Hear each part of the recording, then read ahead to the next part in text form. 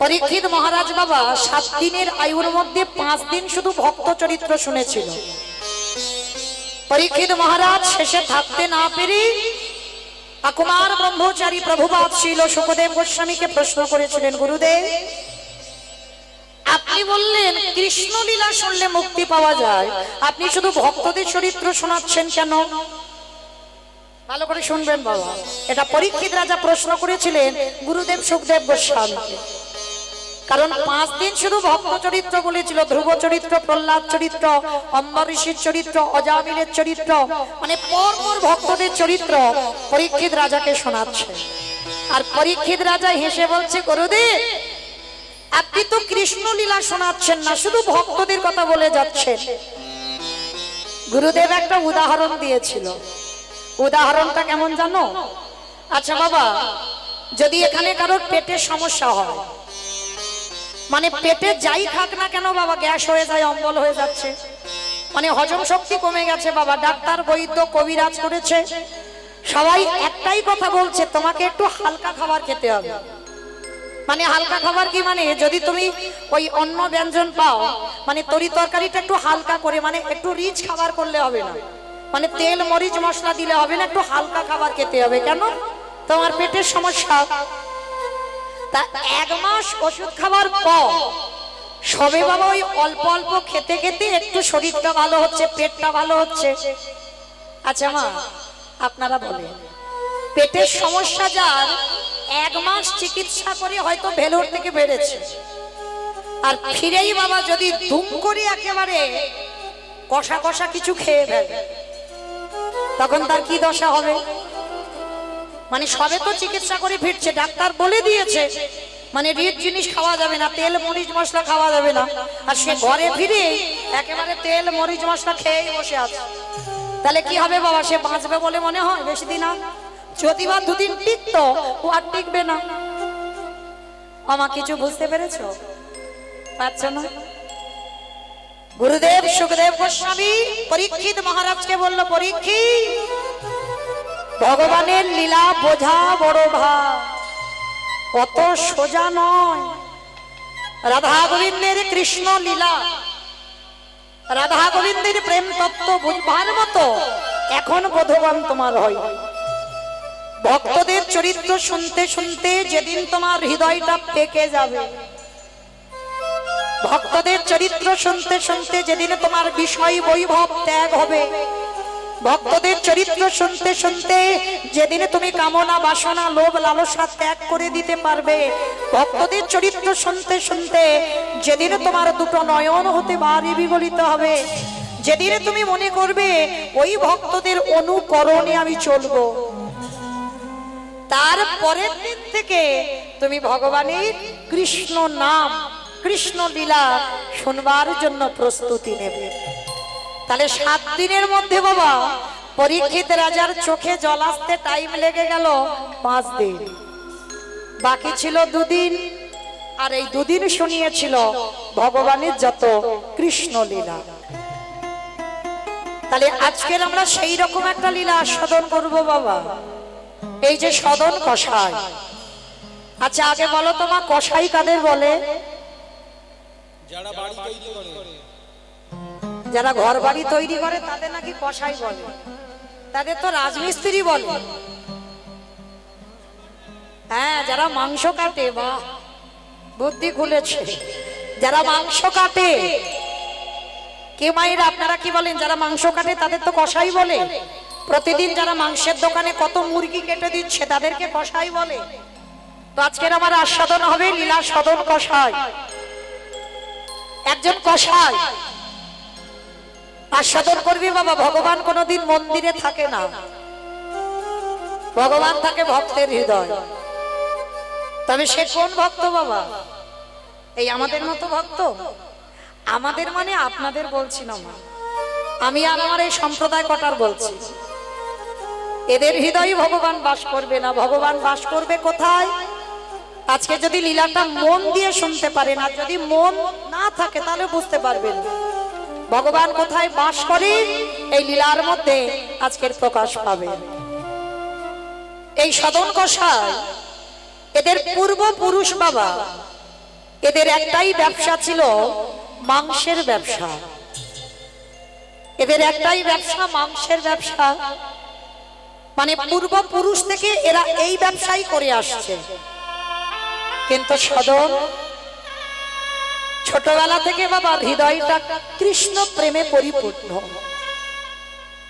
সর্বদাই সদনের হৃদয়ে কৃষ্ণ প্রেম, সর্বদা সদনের হৃদয়ে কৃষ্ণ ভক্তি। কিন্তু কেউ বুঝতে পারতো না বাবা, কেন জানো?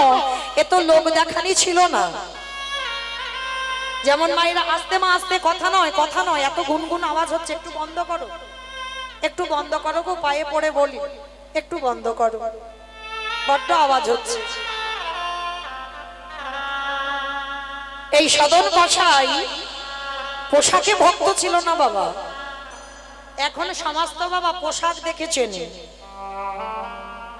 কি বাবা ভুল বললাম? দাদার সঙ্গে তিলক সেবা করা থাকবে, এই আমার মতো মোটা তুলসীর মালা গলায় থাকবে, গেরুয়া বসন থাকবে, প্রসাদ ভুজি হব শিখা থাকবে, তারপরে বুঝবো যে ভক্ত, না হলে ভক্ত নয়। আপনারা কি বলেন বাবা?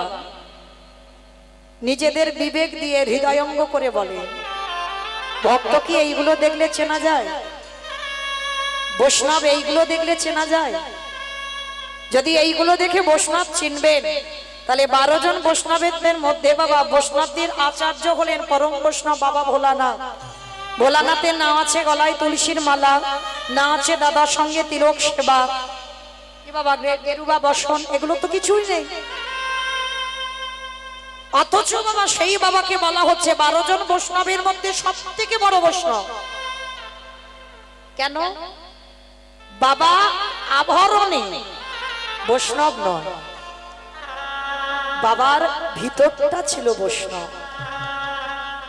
পোশাকে কিছু হয় না বাবা, আগে ভিতরটা তৈরি করো বৈষ্ণবতা। ভিতর তৈরি করে তুমি বাইরেটা সাজাও। ত্রিনাদপি শনিষ্ঠিন তরুরিব সহিষ্ণুনা অমানিনা মানদেন কীর্তনীয় সদা হরি। হৃদয়টা ঘাসের থেকে আরো নরম করে দাও। ঘাসকে যেমন, ঘাসের উপরে আপনারা বসে আছেন, কই ঘাস একবারও কথা বলে মাথা তুলে বলছে যে তোমরা মৌমিতার কীর্তন শুনছো, শোনো, আমাদের এত কষ্ট করে চেপে বসে আছো কেন? যে গাছ আমাদের অক্সিজেন দেয়, অথচ বাবা সেই গাছের ডালপালাগুলো আমরা ছিটে দিই। গাছ একবারও মাথা তুলে বলে না যে আমি তোমাদের এত এত অক্সিজেন দিই, তোমরা আমার ডালপালাগুলো ছিটে দিচ্ছ কেন? ভক্ত যদি তুমি হয়েছ, বৈষ্ণব যদি তুমি হয়েছ, গাছের মতো বাবা সহিষ্ণুতা অর্জন করতে হবে। অমানিনাকে মান দিতে জানতে হবে। অমানিনা মানে যাকে জগতে কেউ সম্মান করে না, জগতে যাকে নিচু জাত বলে, ছোট জাত বলে, যাকে অসম্মান করে, সমাজ যাকে সম্মান করবে না, তুমি যদি ভক্ত হও তোমাকে তাকে কোল দিতে হবে। তোমার কাছে এগুলো বিচার হবে না, অমানিনাকে মান দিতে হবে, গাছের মতো সহিষ্ণুতা অর্জন করতে হবে, তৃণের মতো ওর থেকেও নরম হতে হবে। কেউ যদি 1000 কটু কথা বলে যায়, একটা গালে চড় দিলে বাবা আর একটা গাল বাড়িয়ে দেবে, মেরে দেখে নি। ভক্ত হলে কোন রাগ, অভিমান, দুঃখ এগুলো থাকে না। ভক্ত হতে গেলে মা একটা কথা বলে যায়, যদি জীবনে সুখ আসে, সুখে উৎফুল্ল হয়ে যায় না ভক্ত, আর যদি জীবনে দুঃখ আসে, সেই দুঃখেতে বাবা একেবারে লুটিয়ে পড়ে না। কারণ যারা ভক্ত তারা ভালো করে জানে সুখ ছিল কপালে, তাই সুখ এসেছে, আর দুঃখ এটাও আমার ছিল, তাই আমায় ভগবান দিয়েছে। তাহলে সুখের সময় আনন্দে নাচানাচি করে না, আর দুঃখের সময় একেবারে ধুলায় গড়াগড়ি গিয়ে কান্না কান্না করে না, এরাই হবে ভক্ত। সব সময় একই ভাব তাদের হৃদয়ে থাকে। তো এই সদন পোশাকে বাবা কোনোদিন বৈষ্ণব নয়, পোশাকে কোনোদিন ভক্ত নয়। আপনারাই বলেন না, কেউ যদি সারাদিন সকাল থেকে আর রাত 10টা পর্যন্ত শুধু ওই মাংস কেটে যায়, সারা দিন বাবা শরীরে রক্ত মাংস লেগে থাকে, কত গন্ধ, তাকে দেখলে মনে হবে ভক্ত। কিন্তু সদনের একটা অভ্যাস ছিল। কি অভ্যাস জানো? সর্বদা ওই মাংসের দোকানে মাংস বিক্রি করে আর মাংস কাটে। আর কি বলে জানো? ভুলি গৃহ সহজ।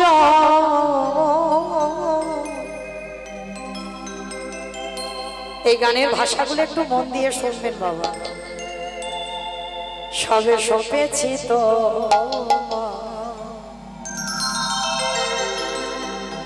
রাখো রাখো রাঙা পা হে শ্যামরা, রাখো রাখো রাঙা পা ভুলি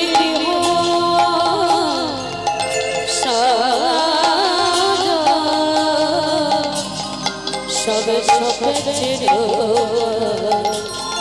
রাখো রাখো রাঙা পা হে শ্যামরা,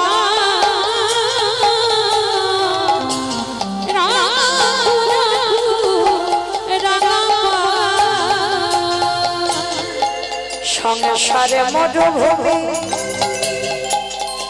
নাহি তোর ছায়া, নাম নীলম শ্যামা আনমে ঘুমায়া। সংসার মরুভূমি নাহি তরু ছায়া, না নীলাংশা আনন্দ ভয়া। আনন্দ নিপবনে নন্দ দুলালে আনন্দ রিপমনে নন্দ দুলালে ঘোষাবতী নহরি অষ্ট যমুনা। রাখো রাখো রাঙা পা হে শ্যামরা, রাখো রাখো রাঙা পা হে শ্যামরা, রাখো রাখো রাখো রাঙা পা। সদন কি করেছে বাবা? প্রতিদিন সকালবেলা মাংসের দোকানে চলে যায়, মাংস কাটে, মাংস বিক্রি করে। তো আজকের হঠাৎ রাস্তা দিয়ে যেতে যেতে অমাইরা রাস্তায় না একটা পাথর কুড়িয়ে পেয়েছে। একটা পাথর কুড়িয়ে পেয়েছে, কিন্তু পাথরটা বাবা মজার পাথর। কিরকম মজার পাথর না? এই পাথরটা যদি মাংসের দোকানে কেউ 1 কিলো মাংস কিনতে আসে বাবা, পাথরটা 1 কিলো ওজন হয়ে যায়। আবার কেউ যদি 5 কিলো মাংস চায়, ওই একটাই পাথর 5 কিলো হয়ে যায়। আবার যদি কেউ 2 কিলো চায়, পাথরটা 2 কিলো হয়ে যায়। তো সদন মনে মনে ভাবছে, বাহ, এ তো বড় আশ্চর্য পাথর। তাহলে তো আর আমার বাটকারার দরকার নেই, মানে আমার এই দোকানে একটা পাথর থাকলেই সব বাটকারার কাজ হয়ে যাবে। আচ্ছা মা, তোমাদের মালঞ্চ বাজারে যদি কোনো দোকানে এইরকম একটা বাটকারা পায় কেউ, তা সেই দোকানে একটা ভিড় হবে না বাবা? মানে একটা পাথর সব রকম, 5 কিলো 2 কিলো 1 কিলো 50, মানে যখন যা বলবে ওই পাথরটা তাই হয়ে যাবে। মনে আনন্দ। সদন মনে মনে ভাবছে, যাক, অত অভিজ্ঞতা নেই তো। হরি বল। ভক্ত কেমন হয় দেখো। আমরা কত ভালোভাবে ভগবানের সেবা দিই, কুল কিনারা পাই না। ভগবানের কত মন্ত্র দিয়ে ডাকি, কুল কিনারা পাই না। আর সদনের চরিত্রটা একবার শুনে দেখবেন। ভক্ত হতে গেলে তার স্বভাব কেমন হওয়া উচিত। এইবার নুড়ি পাথরটা ওই দোকানের পাল্লার উপরে বাটকারা হিসাবে রেখেছে। প্রতিদিন সকাল সকাল ওই মাংসের দোকানে ভিড় হয়। আবার কেউ মাংস না কিনে বাবা পাথরটাকে দেখবার জন্য আসে। মানে আশ্চর্য পাথর। তো হঠাৎ একদিন সকালবেলা এক বৈষ্ণব ওই পথ দিয়ে যাচ্ছে, আর যেতে যেতে বাবা ওই পাল্লার উপরে ওই নুড়ি পাথরটাকে দেখতে পেয়েছে। আর যেই না নুড়ি পাথরটাকে দেখতে পেয়েছে, সঙ্গে সঙ্গে বৈষ্ণব বাবাজি ছুটতে ছুটতে এসেছে। সাধন, এই ছেলে, hi hi hi hi hi গো, এই তুই কি করেছিস? হ্যাঁ, বলে কেন বৈষ্ণব ঠাকুর আমি কি করব? আরে আজকে তুই তোর এই মাংসের দোকানে এই পাথরটা পেলি কোথায়? কেন বাবাজি, আমি রাস্তায় আসছিলাম আর আস্তে আস্তে ওই পাথরটা আমার পায়ে পড়েছিল, আর পায়ে পড়তে ওই নুড়ি পাথরটা কুড়িয়ে আমার দোকানে পাটকারা করেছে। কিন্তু জানো এর একটা আশ্চর্য আছে, কখন 5 কিলো হয়, কখন 2 কিলো হয়, কখন 150, মানে যখন যেটা বলি পাথর সেটাই হয়ে যায়। বৈষ্ণব ঠাকুর বললেন, ওরে তুই বড় পাপ করে ফেলেছিস, তুই বড় অপরাধ করে ফেলেছিস। বলে কেন? বলে এটা সাধারণ কোন নুড়ি পাথর নয়, এটা হলো শালগ্রাম শিলা। বৈষ্ণব ঠাকুর চিনতে পেরেছে ওটা শালগ্রাম শিলা। আর যেই না শালগ্রাম শিলা চিনতে পেরেছে, আর সদনকে যেই না বলেছে, সদন শোনা মাত্র চমকে উঠেছে। বাবা ঠাকুর আপনি এটা কি বলছেন? এটা শালগ্রাম শিলা? হ্যাঁ রে, আমি কি মিথ্যা বলছি? ও মায়েরা, ভগবান চিনবে কি করে আর ভক্ত চিনবে কি করে? ভক্ত পোশাকে নয়, ভক্ত চিনতে গেলে ভক্তের নয়নের দিকে তাকাতে হবে বাবা। নয়নের দিকে তাকালেই বুঝতে পারবে বাবা, ভক্ত চেনা যাবে। যার একবার কৃষ্ণ নামে যার হৃদয়টা তুলে ওঠে, ভক্ত চিনবে নয়নে আর ভগবান চিনবে চরণে। ভগবানের বাম চরণে আছে 8টা চিহ্ন, ডান চরণে আছে 11টা চিহ্ন, দুটো চরণে ভগবানের মোট 19টা চিহ্ন। তাহলে ভক্ত চিনতে গেলে চরণ, ভগবান চিনতে গেলে চরণ, আর ভক্ত চিনতে গেলে নয়ন। মনে রাখবেন বাবা। তা যেই না নুড়ি পাথরটা সদন বুঝতে পারলো এটা শালগ্রাম শিলা, সদন বলে উঠলো, বাবাজি আমি বড় পাপ করে ফেলেছি, আমি বড় অপরাধ করে ফেলেছি, কিন্তু আমি তো চিনতে পারিনি গো, আমি তো জানতে পারিনি গো, আমি তো জানি না যে ওটা শালগ্রাম শিলা বলে। নাও আজকে থেকে বাবা এই পাথর আমার দরকার নেই, নাও তুমি এই পাথরটা নিয়ে তোমার মন্দিরে গিয়ে তুমি ওর সেবা পূজা করো। কি বাবা ঠাকুর, কেউ জানতে পারলে কেউ দিয়ে দেয়? সদনের তো তেমন স্বভাব নয়, মানে কোনদিন যে ভগবান পাবো এই আশা সদনের জীবনেও ছিল না। তাই তো নুড়ি পাথরটা নিয়ে বাবাজির হাতে দিয়ে বলছে, যাও আজকে থেকে তুমি এই নুড়ি পাথরটা, শালগ্রাম শিলাটা তোমার আশ্রমে রেখে দাও। যেই না বলেছে শালগ্রাম শিলাটা রেখে দাও, বৈষ্ণব ওই রক্ত মাংস লেগে আছে,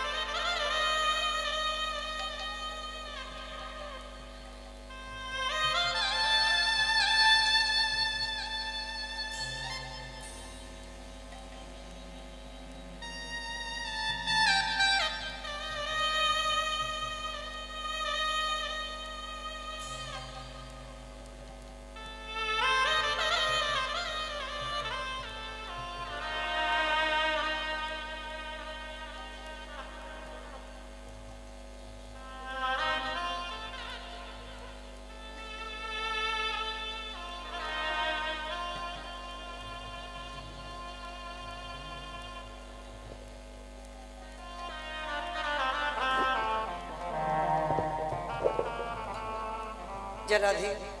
হরে কৃষ্ণ। নিতাই গৌর প্রেমানন্দে হরি বল হরি বল হরি বল। তার সাধন কি করেছে বাবা? ওই শালগ্রাম শিলাটা বাবাজির হাতে তুলে দিয়ে বলছে, বাবাজি তোমার মন্দিরে গিয়ে রাখো। বাবাজি তাড়াতাড়ি করে শালগ্রাম শিলাটা নিয়ে ঘরে গেছে বাবা। পঞ্চামৃত দিয়ে অভিষেক করিয়েছে শালগ্রাম শিলা। বাজার থেকে কত বাজার করে এনেছে, নিজের হাতে রন্ধন করেছে, দুপুরবেলা ভোগ লাগাবে। নিজে সিংহাসন কিনে এনেছে, সিংহাসনে শালগ্রাম শিলাকে বসাবে। সারাদিন ওই পাথরটা সেবা করতেই ব্যস্ত। রাতের অন্ধকারে বাবাজি শয়ন দিয়েছে শালগ্রাম শিলাকে। আর যখন শয়ন দিয়ে বাবাজি ঘরে গিয়ে ঘুমাচ্ছে, ওই শালগ্রাম শিলা নারায়ণ দৈববাণী করলো, বৈষ্ণব বৈষ্ণব। কে বলেছিল তোমায় এত ভালো করতে? কে বলেছিল এত ভালো করতে? আমি তো দিব্যি ছিলাম সদনের মাংসের দোকানে। আমি তো তোমাকে বলিনি ওর মাংসের দোকান থেকে এনে আমাকে পঞ্চামৃত দিয়ে অভিষেক করে আমাকে মন্দিরে প্রতিষ্ঠা করো? আমি কি বলেছি? আমি বলিনি তো। আমি সদনের কাছেই ভালো ছিলাম।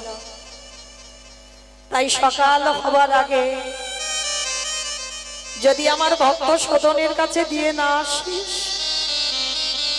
আমি কিন্তু রাত্রিবেলা এখান থেকে চলে যাব। না না প্রভু না, এটা কি বলছো? সদন একজন কসাই, ও সারাদিন ওর গায়ে রক্ত মাংস লেগে থাকে। আর তোমাকে জানো ওই মাংস হাত দিয়ে ধরে, রক্ত হাত দিয়ে ধরে। ওরে ওটাই তোমার সুখ।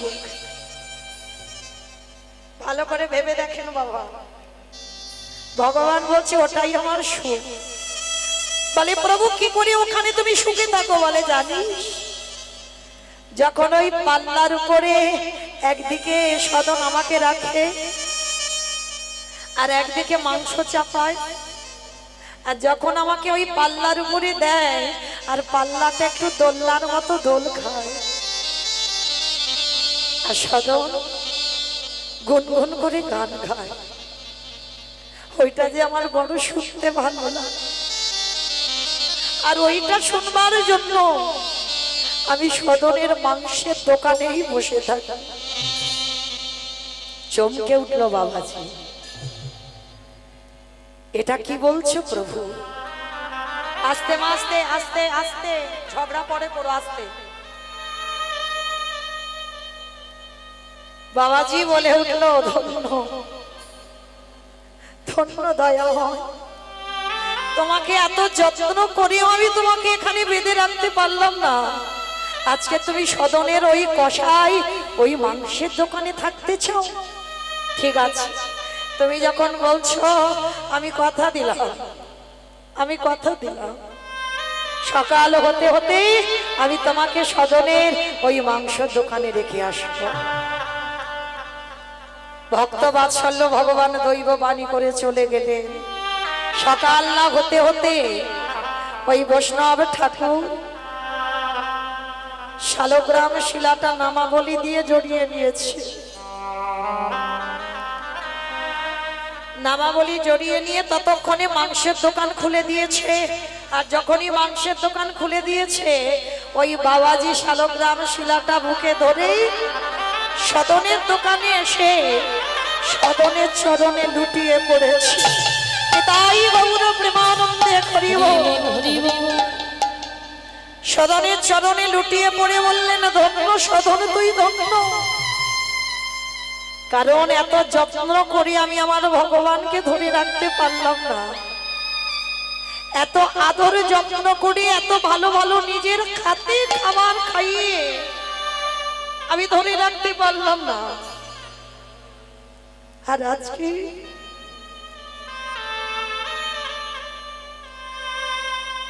তুই মাংসের দোকানে বসে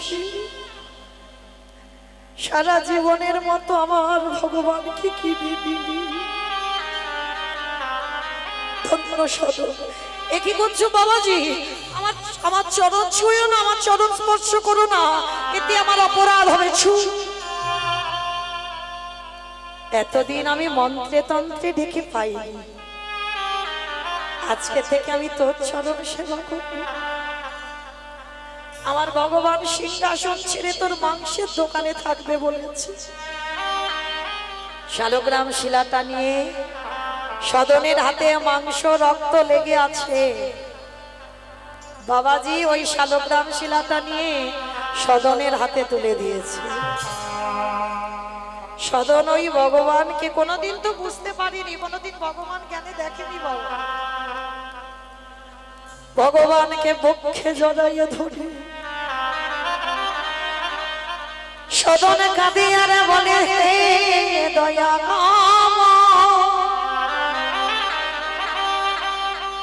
আমি জীবনে কোনোদিন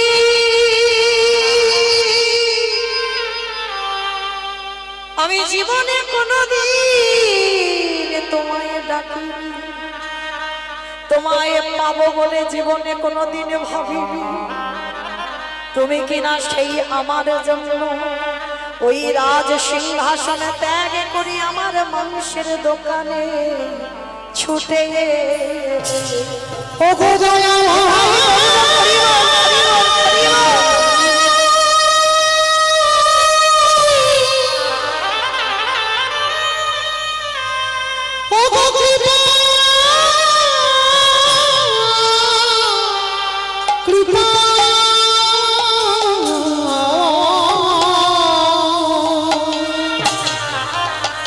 একেবারে কৃপা করো, একেবারে করুণা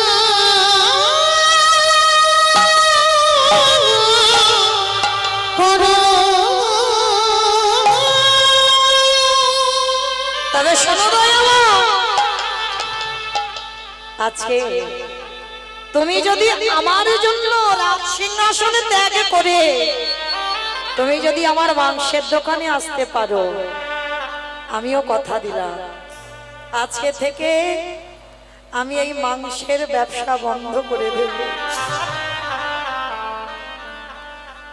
আজকে থেকে আমি কথা দিলাম, আজ থেকে আমি প্রতিজ্ঞা করব, তুমি যদি আমার জন্য সিংহাসন ত্যাগ করে আসতে পারো, আমিও কথা দিলাম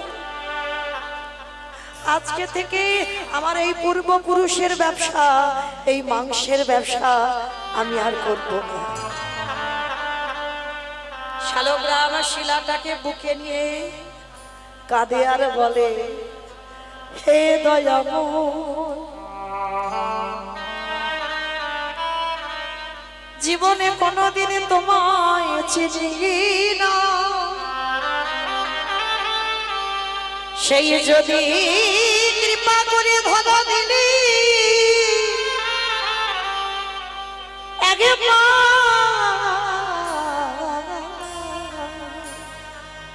একেবারে তোমার চরণ তলে আমার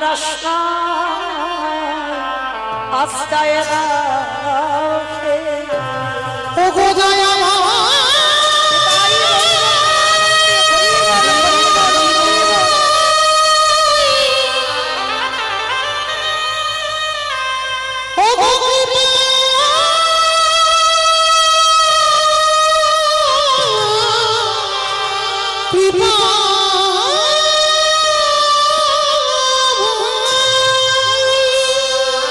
আমি কোথায় গেলে তোমায় পাবো? আমার জীর্ণ তরি একবার বলে দাও না দয়াময়, ছেড়ে দিলাম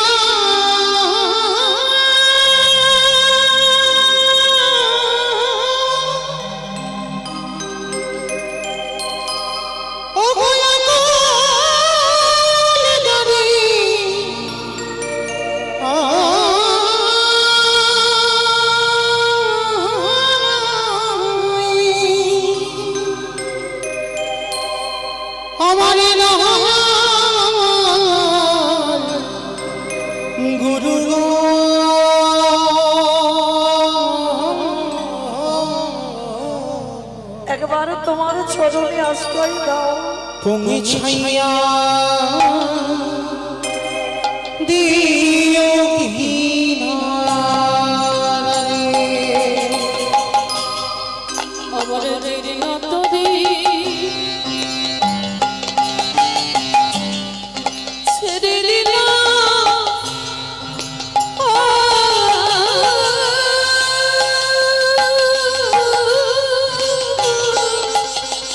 আমি যে বড় পাপী গো দয়াময়। ওই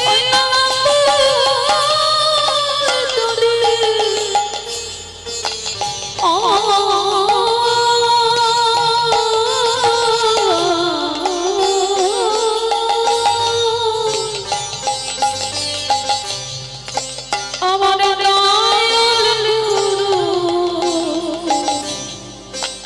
গুরু গো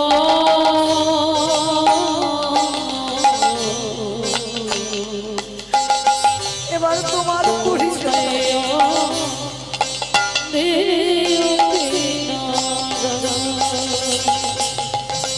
দয়ালে তুমি এ দুর্দিনে কে আছে ধরা।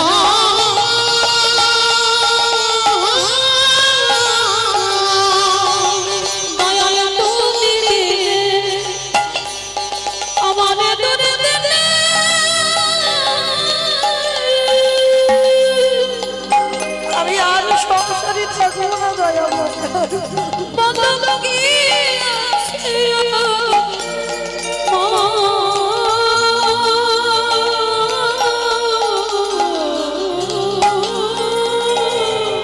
আমার যেখানে থাকলে পাওয়া যায় না। গুরু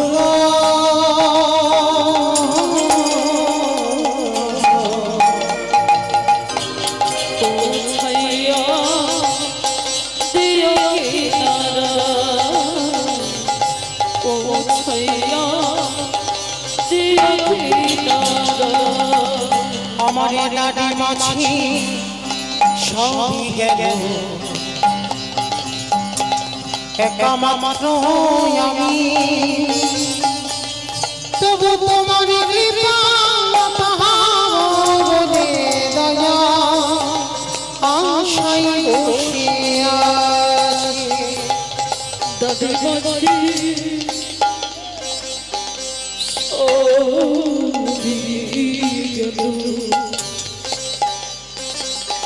আর যে পারি না দয়াময়।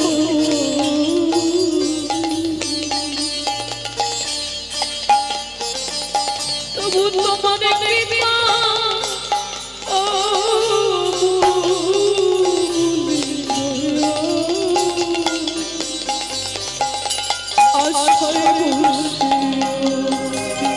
দয়ালে তুমি